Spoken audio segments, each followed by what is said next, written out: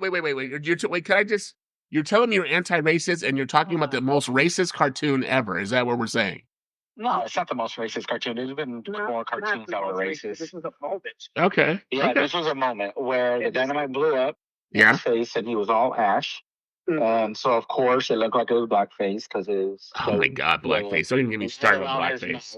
Was still white, and everything else was black. Yeah. He looked straight at the camera, and he said, "Oh, I smell something burning in the kitchen." And he walks over. Wait. I mean, just for the audience, can you redo that impression again, please? I just need to hear it once more. And now remember, I will. Okay. But as a caveat, okay, I am only impersonating a racist cartoon. Okay. And the people that made that cartoon. Okay. He said, "Oh, I smell something burning in the kitchen." And then he leaves the scene and he walks into the kitchen. I think that's the most racist thing I've heard ever today. No. And I live in Texas. Several Looney Tunes cartoons that are very racist. And I live in Texas. Yeah, there was another time where Tomcat went racist. It was the same kind of situation, but I think like he was trapped in like a pile of coal or something. Oh no, like stop that. it. Not the coal. Not the coal. Yes, and stop it.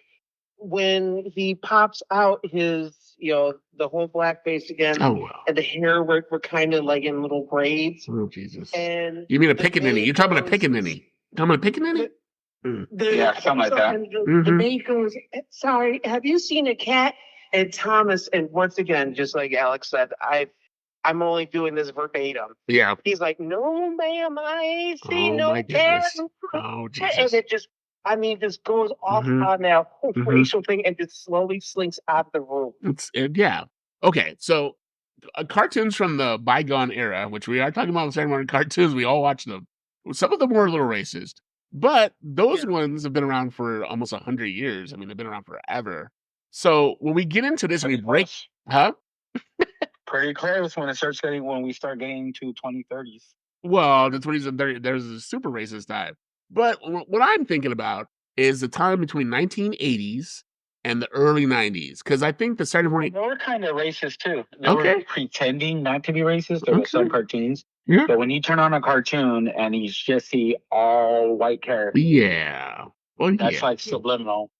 I think when we were growing up, guys, we all wanted to be a little white. Because, you fix your credit, you get a job, and you got to... Well, no. I was manipulated and mind controlled. Yeah. To think that way. Well, yeah. And I grew up and I was like, hey, wait a minute. So, I mean, it's like if a Puerto Rican, a black guy, and a Mexican walk into a bar. That's what we're talking about, guys, here. I'm just kidding. We're not talking about... says, get the F out. No dogs, no shoes. No, sorry. We're not doing that. We're not going to do that. But the moment... these 80s cartoons that you say are the greatest for some reason. Well, I mean, Saturday morning cartoons are still... put apart the racism. We know it was racist. We know everything that happened in the 80s and 90s is pretty racist. We're going to say it. But there were some...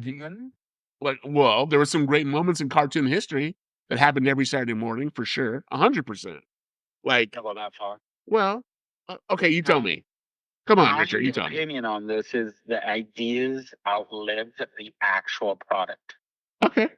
Production, I should say. Yeah. Not product, but production, yeah. Okay. Those ideas, the He-Man idea, the G.I. Joe idea. Yeah. Because Thundercats idea. I love Thundercats. Those cartoons. Yeah. Those are not very well made and hawked down to children. No, they always gave you something to leave with. We all know what that something to leave with was. Cartoons in the 80s. What was your question? I said, so those cartoons always gave you something to leave with. They gave you a little, what is it? Like a pension of wisdom that you could take with you everywhere. Didn't you feel that? Yeah. Well, they were forced. Well, yeah. That's how you teach people. That's how you teach kids. Yeah. The government forced them to do that. Okay. So knowing is half the battle. Yeah, knowing is half the battle. Don't do drugs. That was the government walking in and saying, hey, wait a minute, you can't have a 30-minute commercial for toys. And they said, oh, we'll just add some, some great messages. Yeah. After these messages, I'll be right. Yeah. Right. You know what? I'll blame Mr. T for that. I think he started it all. You think it was Mr. I thought it was G.I. Joe. Which one came first, G.I. Joe or Mr. T? I want to see. Well, G.I. Joe's older. G.I. Joe's. Oh, so I remember. Yeah.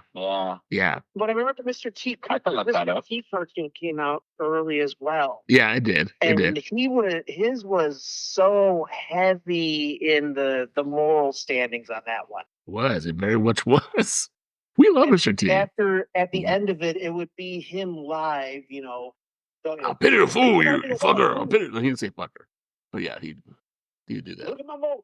Get my goddamn mohawk alone, my gold, you bitch. No, he didn't say bitch. Yeah, but we love Mr. T. I mean, and They both came out in 1983. okay, so they're both 1983. They all had a very inspirational message for the youth, and those messages we take to heart to this very day. We still use those messages. But don't you feel kind of like icky that the government came and forced them? Because at first, those cartoons that came out did not give an ethanol. Well, the only time I ever felt icky was going to Catholic school in the 1980s. That's a whole nother story. But I think Mr. T gave us a lot of, way we can like grasp our fucking dreams, and move forward. Mr. T was one of the first Black people. On a cartoon. I think he was the only one I've ever heard of that had his own cartoon.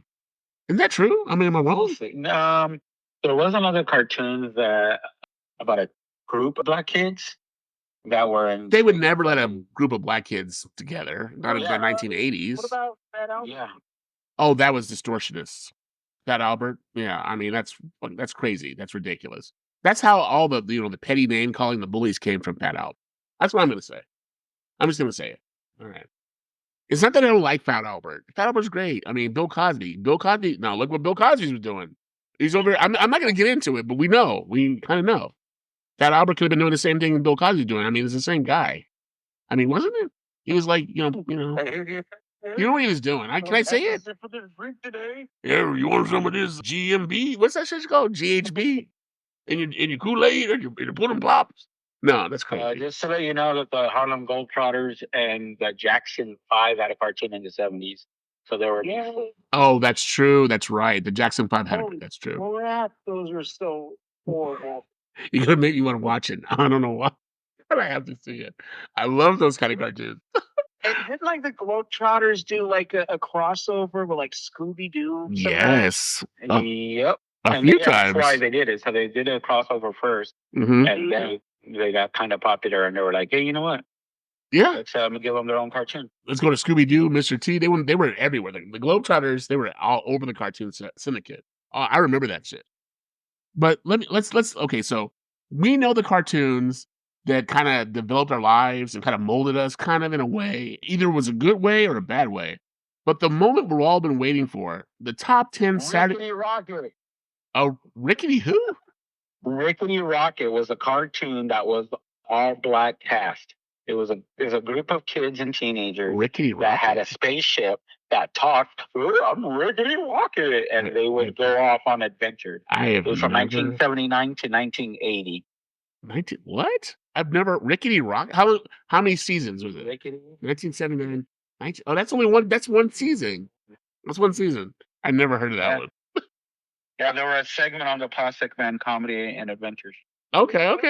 I'm looking at this right now, Rickety Rocket. Rickety and Rocket. My God, why do they make the damn rocket look ghetto as hell? That's stereotypical Black. It's blaxploitation. It's blaxploitation, but in cartoons. Yep. But let me. Of course, the girl got Afro puffs. She's got Afro puffs. She's kind of loose. She rocks and stuff with her Afro puffs. Hey, Rocco. Yeah. Poor Rickety Rocket. I have to look this up. I've never even heard of it. My bad. Back to the 80s. Back to the 80s. So, but let me interject. So, the top 10 Saturday morning cartoons of all time, and this list wasn't easy to make, but we've narrowed it down to the absolute classics. Let's dive right in. At number 10, what do you guys think at number 10 is the top 10? Wait, are we guessing? Like, I mean, you could guess it. I mean, I could. Well, are you asking for our opinion? I'm asking for. Well, you can say your opinion, but I'm going to tell you what the statistics say. What's your opinion, LB? I'd rather hear the statistics. Okay, let me tell you. And I come pissing. Coming in at number 10, guys, the Smurfs, 1981. Yes, 1981 to 1989. Fun fact: